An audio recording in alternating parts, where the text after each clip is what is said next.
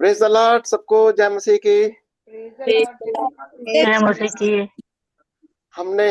की। हमने यशाया 7वां अध्याय शुरू कर दिया है। और 7वें अध्याय के अंदर हमने देखा कि राजा आहाज दुश्मनों के सामने या उसके इर्द गिर्द घेर दिए गए हैं।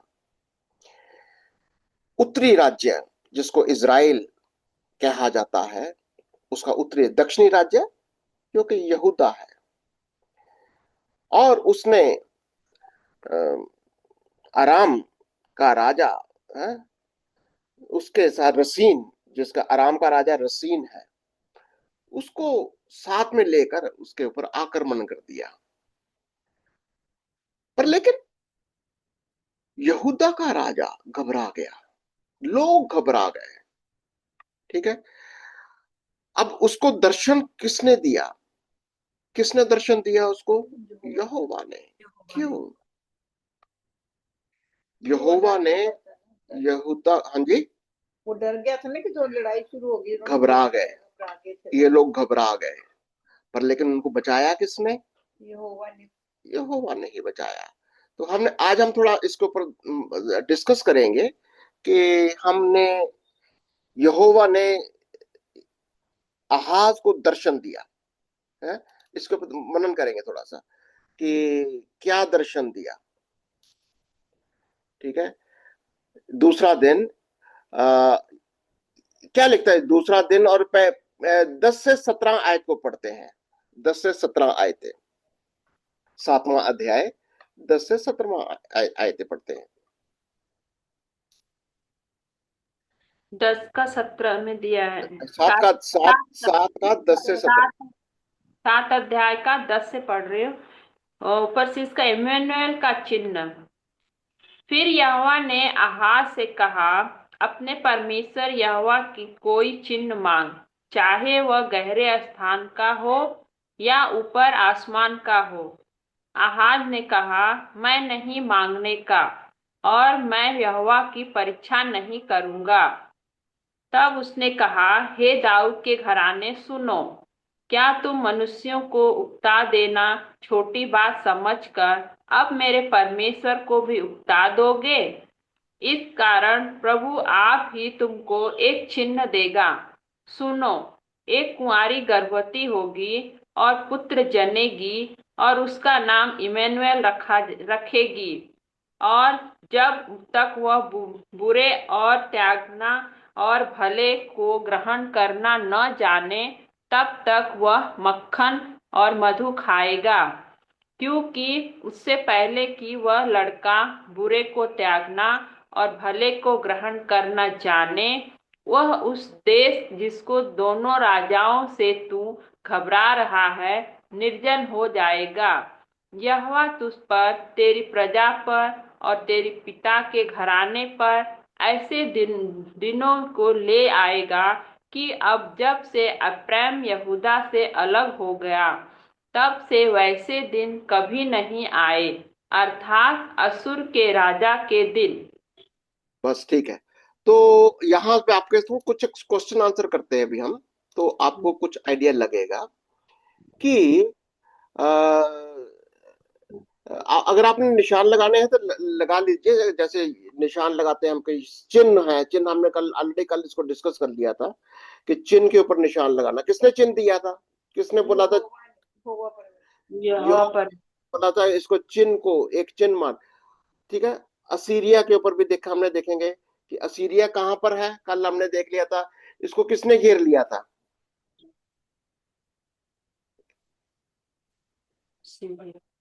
देखो, ये सीरिया है, इधर से देखो, ये सीरिया है, ये दिखाई दे रहा आपको? कहाँ गया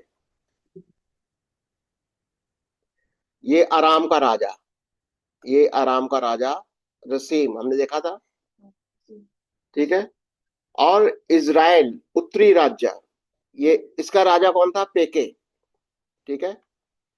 ये यहाँ का ये पेके था, ये वाला। और दक्षिण का कौन था? यहूदा। यहूदा का राजा कौन है? आहाज। ठीक है। ये अब इसके बीच में ये कौन सी वाली स्पेशल दाऊद का घराना का वर्ड उसने यूज किया। ये दाऊद का घराने का मतलब क्या है, आपको क्या लग रहा है? यीशु मसीह का घराना जो है उसके लिए बोला है। यहोवा का घराना दाऊद है। तो दाऊद का घराने का मुखिया यहोवा है। अब यहोवा क्या उसको दर्शन दे रहा है? कह रहा अरामियों ने रोमियो एरेमियो एरेमियो के से संधि की, तब उसका और प्रजा का भी मन ऐसा कांप उठा जैसे वन के वृक्ष वायु चलने से कांप जाते। अब ये वो प्रभु का दर्शन क्यों हुआ आहाज राजा को, आपको आप बता सकते हो मेरे को? प्रभु का दर्शन आहाज जो कि दाऊद का वंश है, यहोवा ने उसको क्यों दर्शन दिया? जाने के लिए। क्या? जब उससे लड़ाई होगी, चारों ओर से घेर लिया, तो उसको बचाएगा ना प्रभु अपने क्यों बचाएगा? यहोवा उसको दाऊद के घराने को क्यों बचाएगा? क्योंकि वो वो दाऊद परमेश्वर की वो कौम है, यानी कि दाऊद के घराने से है, जो परमेश्वर का जन है। दाऊद का वंश का मुखिया कौन है? यीशु मसीह को बचाएगा ना। यहाँ पर यीशु यीशु नहीं मसीह। दिखाई दे रहा है, यहाँ पर यहोवा दिखाई दे रहा है। हम्म। यहोवा क्या है? दाऊद के वंश का मुखिया है। और प्रभु ने कहा मैं आप ही तुमको एक चिन्ह दूंगा। क्या? क्या चिन्ह दूंगा? कि देखो, देखो उसे क्या बोला था कि मैं, मेरे से चिन्ह मांग, मैं कुछ भी चिन्ह मांग ले। पर लेकिन आहाज ने मना कर दिया, नहीं मैं तेरी परीक्षा नहीं करूंगा। पर लेकिन उसने कहा हे दाऊद के घराने सुनो, क्या तुम मनुष्यों को उकता देना छोटी। अब ये प्रभु ने क्यों कहा कि तुम मेरे घराने को, मेरे लोगों को तुम उकता रहे हो? क्यों घबरा रहे हो? क्यों? क्यों बोला? बचाना चाहता हूँ ना। क्यों बोला आहाज को तू मेरे लोगों को, मेरे घराने को घबरा रहे हो? क्यों?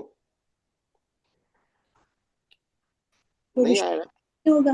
कि वो समझ नहीं रहा था क्या नहीं समझ रहा? कि कि असली राजा, पर हमारा राजा जो है वो परमेश्वर है। हाँ, हमारा मुखिया यहोवा है। कहते हैं जब परमेश्वर हमारी और है, हमें कोई डर और नहीं। जब ये आराम का राजा इधर से पेके, ये जब अटैक कर रहे हैं, अब ये घबरा रहे हैं। तो ये भी तो तुमको को सकता भी है, घबरा दिया है। बस ये भी तो सकता है कि वो शरीर में समझ रहा हो और आत्मिक में ना समझ रहा हो। एग्जैक्टली यही तो प्रॉब्लम है। तभी तो वो घबरा रहा है, कांप रहा है और चिन्ह भी नहीं मांग रहा है, उसको समझ ही नहीं आ रही। बिल्कुल ये बात है, जब हम परमेश्वर को देखते हैं हमको आत्मा में देखना है, विश्वास में देखना है कि हमारा मुखिया कौन है। हम में से हर एक का आत्मिक क्षेत्र के अंदर मुखिया होता है। जैसे देशों का मुखिया होता है, जैसे हर एक देश का कोई फिजिकली मुखिया नहीं होता, आत्मिक मुखिया भी होता है। स्वर्ग में भी आपका एक मुखिया होता है। यहां पर यहोवा कहता है दाऊद के घराने का मैं मुखिया हूं, तुम मेरे लोगों को तुम घबरा रहे हो। अब तुम मेरे से एक चिन्ह मांगो, मैं तुम्हें चिन्ह दूंगा। कहना चाहे गहरे स्थान का हो या ऊपर समान का हो, तो चिन्ह तो मान के देख ले। तो क्या चिन्ह मांगा उसने? और प्रभु ने कहा मैं ही, क्या चिन्ह दिया प्रभु ने, यहोवा ने क्या चिन्ह दिया आहाज को? सुनो, ये एक गर्भवती होगी और पुत्र जनेगी और उसका नाम इम्मानुएल रखेगी। और जब तक वह कौन हो गया? वह वही जो पुत्र जना, जो पुत्र जना, जब तक वह, देखो आप चाहते हो तो अगर इसको ऐसे करो, मैं चाहूंगा कि आप इसको एक सिस्टमेटिकली पढ़ोगे तो अच्छा लगेगा आपको। देखो ये आपके सामने ये आ रहा, मेरी भाषा थोड़ी सी अलग है। यहोवा ने यहोवा को कहोगे तो यहाँ पर परमेश्वर कह दो, ठीक है? ऐसे कर लो, यहोवा को यहाँ पर ऐसे कर लो, परमेश्वर ने आहाज से कहा, से अपनी बात जारी रखते हुए कहा, यहोवा बोला, यहोवा मतलब परमेश्वर। मेरी लैंग्वेज थोड़ी सी अलग है, तो तू कोई संकेत मांग, मेरे से कोई चिन्ह मांग। और वो नहीं मांग रहा, कहता चिन्ह नहीं मांग रहा।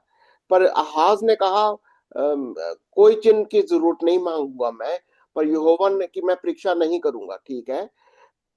तब यहाँ पर कहता है यशायाह ने कहा चलो कोई बात। दाऊद के वंश, दाऊद का वंश को एक ऐसा गोला कर रहा है, दाऊद का वंश, दाऊद का वंश सावधान हो, सुनो, तुम लोगों के धैर्य की परीक्षा लेते हो, ये तुम्हारे लिए काफी नहीं है, अब तुम परमेश्वर के धैर्य परीक्षा कर। मेरा स्वामी परमेश्वर आप ही, ये कौन है मेरा स्वामी परमेश्वर? कौन है ये मेरा स्वामी परमेश्वर? यही यहोवा। इसको आप क्रॉस का निशान लगा लो, क्योंकि यहो अब ये खुद, स्वामी आ गया ना। हाँ, या परमेश्वर अगर लगाना चाहते हो परमेश्वर का निशान लगा सकते हो। आप ही एक संकेत देगा, देखो एक कुंवारी, ये चिन्ह है, एक कुंवारी गर्भवती होगी, एक पुत्र को जन्म देगी। पुत्र कौन है? ये यीशु। यीशु मसीह। और वह इस पुत्र का नाम क्या है? इम्मानुएल। इमानुएल। उसका नाम भी इमानुएल है। इमानुएल का मतलब क्या होता है? प्रभु तुम्हारे प्रभु हमारे साथ है। इमानुएल का मतलब है प्रभु हमारे साथ है, ठीक है। और ठीक है, वो सारी बातें हम देखेंगे। ये सारी चीजें आपको निशान लगाएंगे तो आपको क्लियर हो जाएगा कि किसकी बात हो रही है। ये पुत्र की बात हो रही है, जो बच्चा पैदा होगा। तो यहाँ पर आप यीशु मसीह जो बच्चा पैदा हुआ, आपको क्या दिखाई दे रहा है? ये 15वीं आयत ये बताई, और वह जब तक वह बुरे को त्यागना और हम्म, भले को ग्रहण करना ना जाने, तब तक वह मक्खन और मधु खाएगा। हम्म। कौन? जब तक वह बुरे को त्यागना, कौन मतलब बुरे को त्यागना और भले को? यही बच्चा, यही बच्चा यीशु मसीह बच्चा बच्चा है ना। देखो ये बात को समझना, यीशु मसीह बिल्कुल ऑर्डिनरी हमारे जैसा इंसान बनकर पैदा हुआ। ठीक है। वही यीशु जिसकी बात कह रहा है, मैं तुम्हें एक चिन्ह दूंगा, एक बालक उत्पन्न होगा जो बिल्कुल एक आम इंसान की तरह होगा। उसको भी भले और बुरे का ज्ञान होगा। वो सब जब तक बच्चा होगा बिल्कुल नॉर्मल, जैसे शहद दही उसको बच्चों को मीठा अच्छा लगता है वैसे ही रहेगा वो भी। अच्छा, पर नॉर्मल लेकिन और बच्चे की तरह उसका चाल चलन रहेगा, वो सब। बिल्कुल, ओके।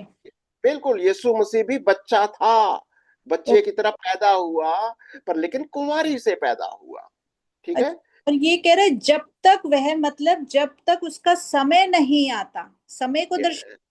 हो सकता है, हो बुरे सकता है, को त्यागना और भले को ग्रहण करना न चाहिए। बिल्कुल। कह रहे ना, क्योंकि तक हम्म, हम्म, जब जब वो काना के विवाह में था, तो उन्होंने कहा मेरा समय अभी नहीं आया।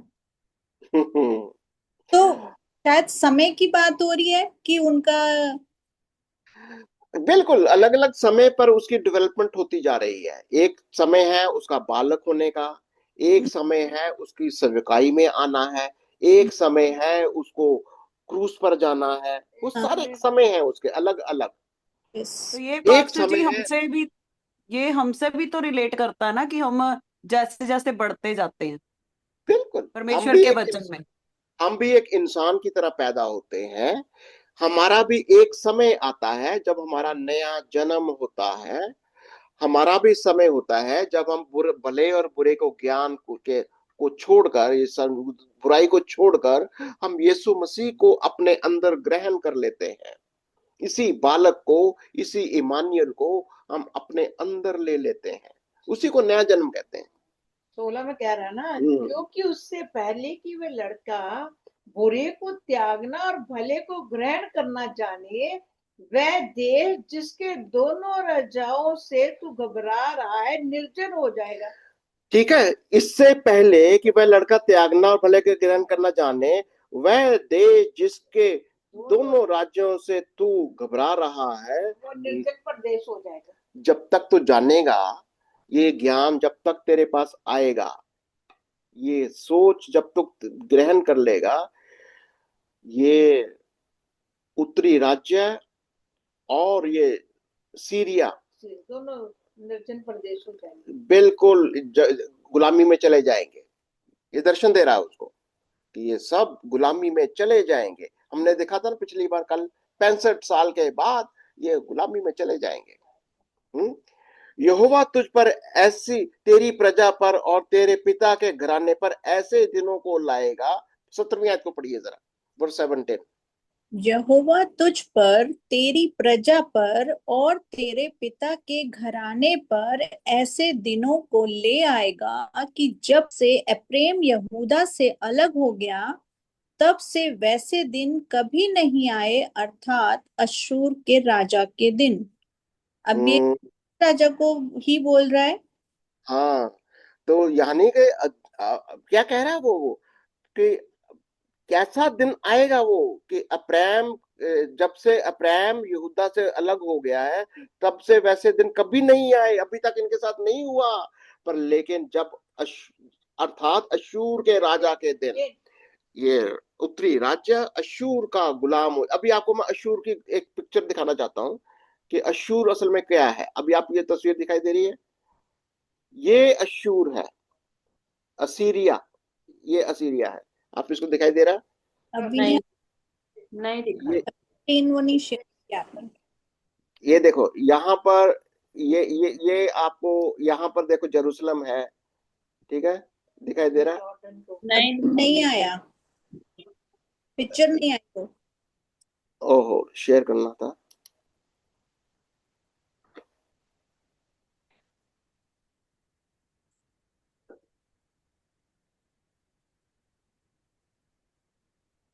वो चली गई, स्क्रीन ही चली गई। हाँ, अच्छा, अच्छा, कोई बात नहीं, पेज। आप बता दीजिए। अशूर जरा, अशूर जो सीरिया है, ये बिल्कुल आप देखेंगे आज का इराक के ऊपर का लगता हुआ इलाका है वो। यहूदा से अलग हो गया है।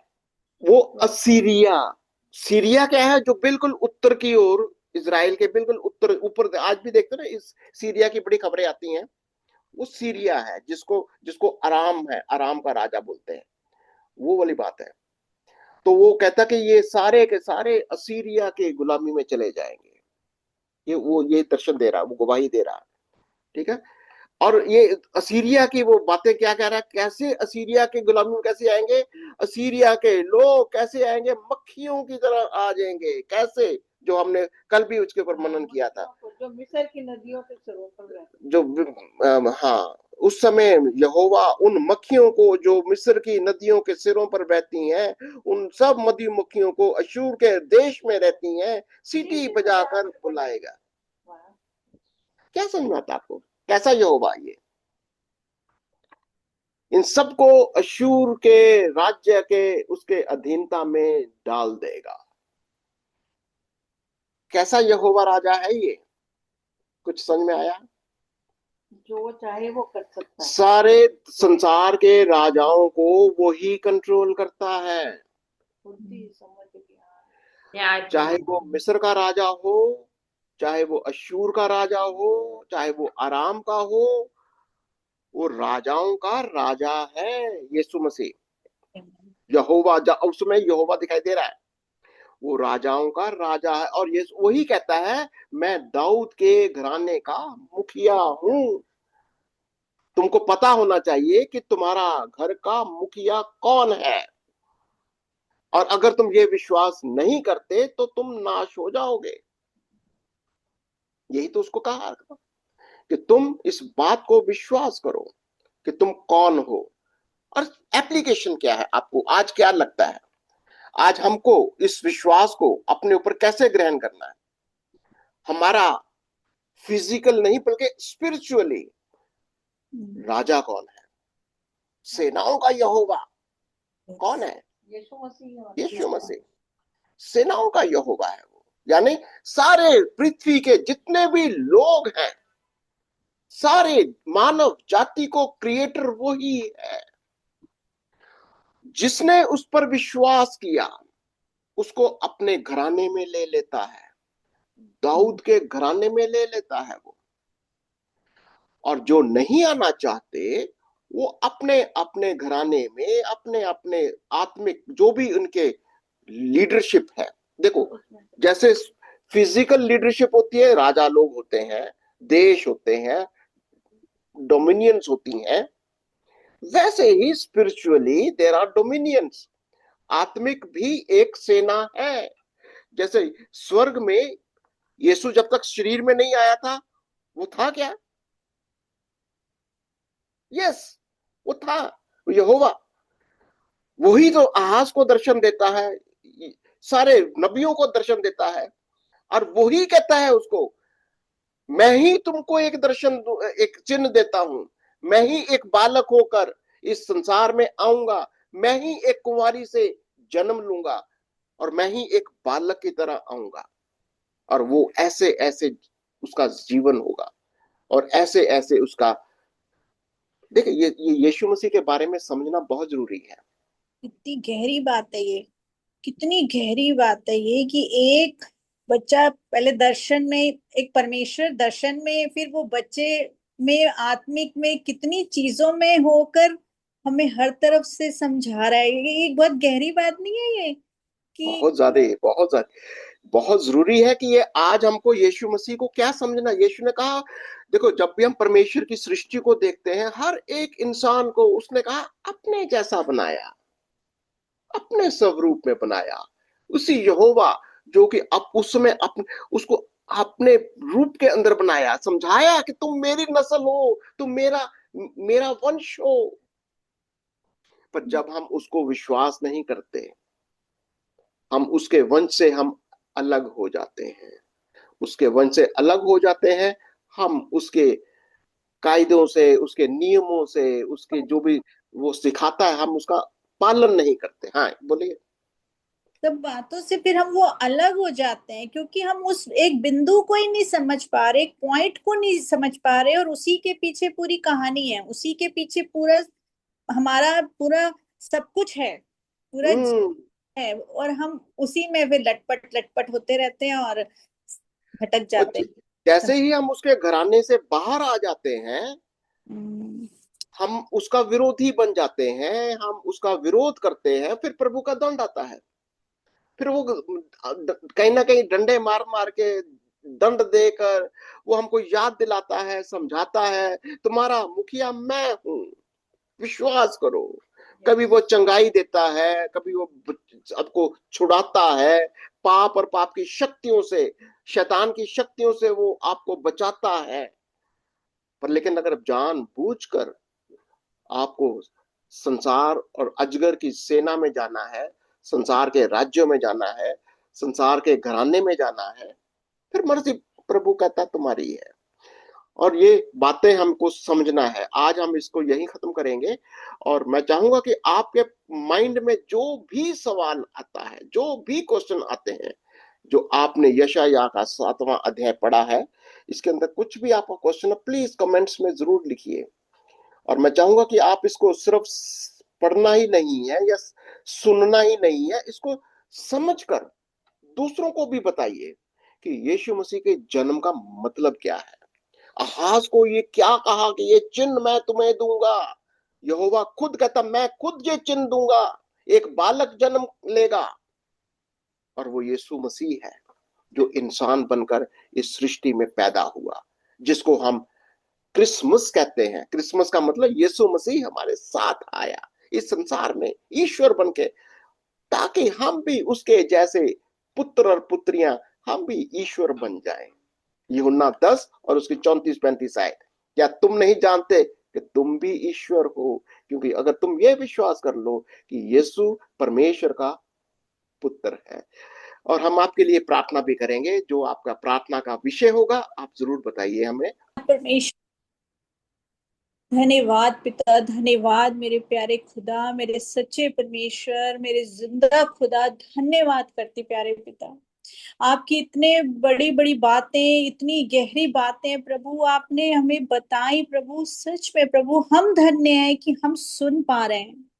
हम धन्य हैं प्रभु कि आज हम तेरे इस वचन को गहराई में समझ पा रहे हैं प्रभु, कि तूने कैसे हमें खुद ही एक चिन्ह दिया प्रभु, तूने कहा मांग, जैसे आपने आहाज को बोला, आज वही बात आप हमसे भी कहते हो प्रभु जी कि तू मांग, कोई चिन्ह मांग। लेकिन हम लोगों को समझ ही नहीं आती प्रभु, हम आत्मिक शारीरिक इतने मिक्स हो जाते हैं, हमें तेरी ये प्रकाश की बातें ये समझ ही नहीं आती प्रभु। लेकिन आज तेरे वचन में जो लिखा, इस कलाम में जो लिखा, ये इस रोशनी जब हमारे ऊपर पड़ी तो प्रभु सारा अंधकार चला गया मेरे खुदा। सच में प्रभु तेरा धन्यवाद करती हूँ कि तूने सारे अंधकार को हमारी आंखों से हटा दिया, हमारे दिल से हटा दिया, और अपनी रोशनी में हमको ये तूने वचन, ये कलाम अपना सिखाया कि मुझसे चिन्ह मांग, और तूने कहा मैं खुद दूंगा प्रभु।